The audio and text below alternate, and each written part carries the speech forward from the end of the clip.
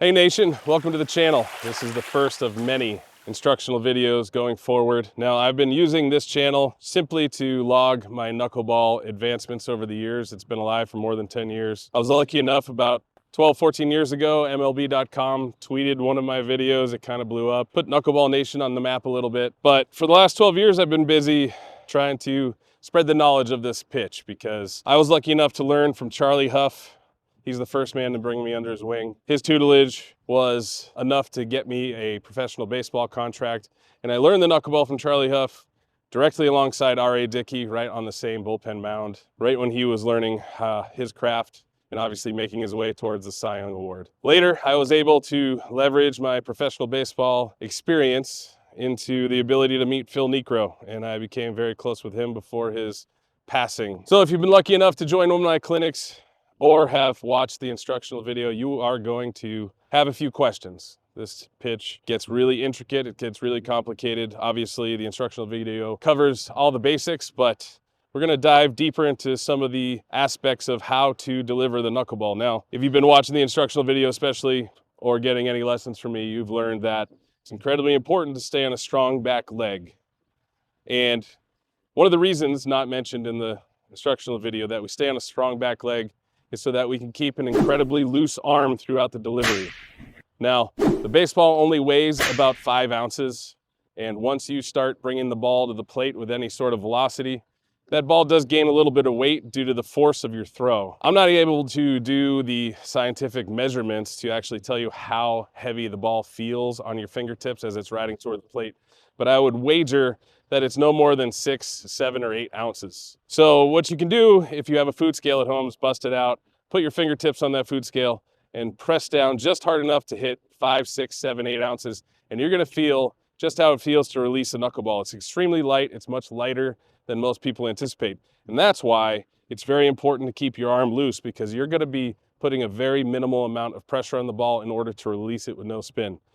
Unfortunately, people don't understand how to keep their arm loose throughout the delivery. One of the fatal flaws that people make is that they get off their back foot too quickly. Once that foot leaves the ground, then the rest of your body braces for impact, front foot impact, especially if you're going down the mound with any speed. So your core braces up and generally your arm starts bracing up.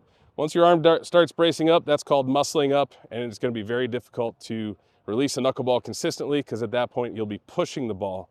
But we want to pull the ball through the slot in order to release the knuckleball, hold it very loosely, and whip our arm through so that we can apply just that 6, 7, 8 ounces of pressure on the ball required to kill the spin completely. Okay, the first move that you need to make in order to keep your arm loose to whip through the slot in order to deliver the knuckleball properly is that you need to get down on a strong back leg. You need to corkscrew your leg back into the ground. And what I mean by strong back leg is as you drift down the hill, you can draw a straight line, an invisible line from the tip of your back hip down to your back foot.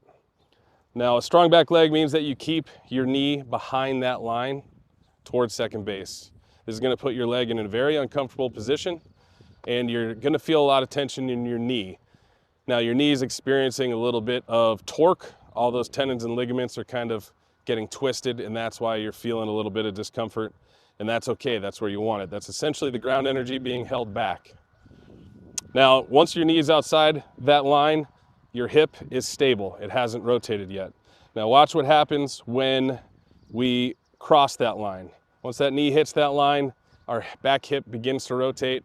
Once our knee is below that line, our back hip is now fully rotating.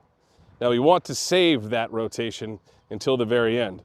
So we're going to guide ourselves down the hill with a strong back leg, getting ready to fire that hip. Now here's what's critically important. You're going to land your front foot very flat and calm, and you're going to have to keep your back foot anchored. And for a split second, it's almost like you're on a surfboard or a skateboard, but all your weight is toward your back foot. Then you're going to fire your hip through.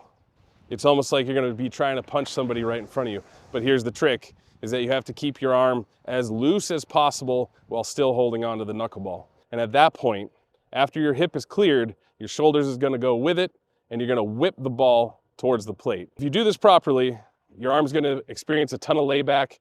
You're going to feel that ball sink down on your fingernails. You're going to be able to articulate what happens to that release, and you're gonna whip your arm through. Now, of course, we wanna finish. We wanna throw our entire back half, especially our lat, at the target. We're gonna have that hand follow through, slap the other side of our body, and at no point will there be any tension in your release.